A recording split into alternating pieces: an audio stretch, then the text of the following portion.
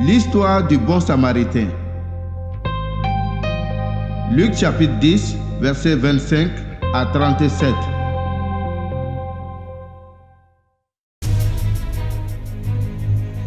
Alors un maître de la loi arrive. Il veut tendre un piège à Jésus et lui demande: Maître, qu'est-ce que je dois faire pour recevoir la vie avec Dieu pour toujours? Jésus lui dit: Qu'est-ce qui est écrit dans la loi? Comment est-ce que tu le comprends? L'homme répond: Tu dois aimer le Seigneur ton Dieu de tout ton cœur, de tout ton être, de toute ta force et de toute ton intelligence. Et tu dois aimer ton prochain comme toi-même. Jésus lui dit: Tu as bien répondu. Fais cela et tu vivras.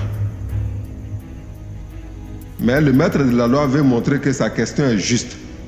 Il demande à Jésus: Et qui est mon prochain? Jésus répond: Un homme descend de Jérusalem à Jéricho. Des bandits l'attaquent. Ils lui prennent ses vêtements, ils le frappent et ils s'en vont en le laissant à moitié mort.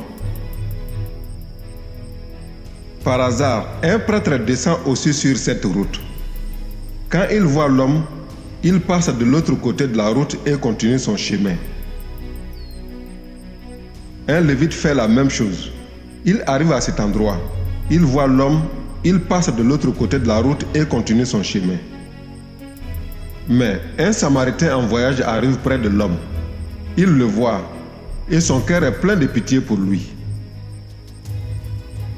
Il s'approche, il verse de l'huile et du vin sur ses blessures et il lui met des bandes de tissu. Ensuite, il le fait monter sur sa bête, il l'amène dans une maison pour les voyageurs et il s'occupe de lui. Le jour suivant, le Samaritain sort 2 pièces d'argent. Il les donne au propriétaire de la maison et il lui dit: Occupe-toi de cet homme.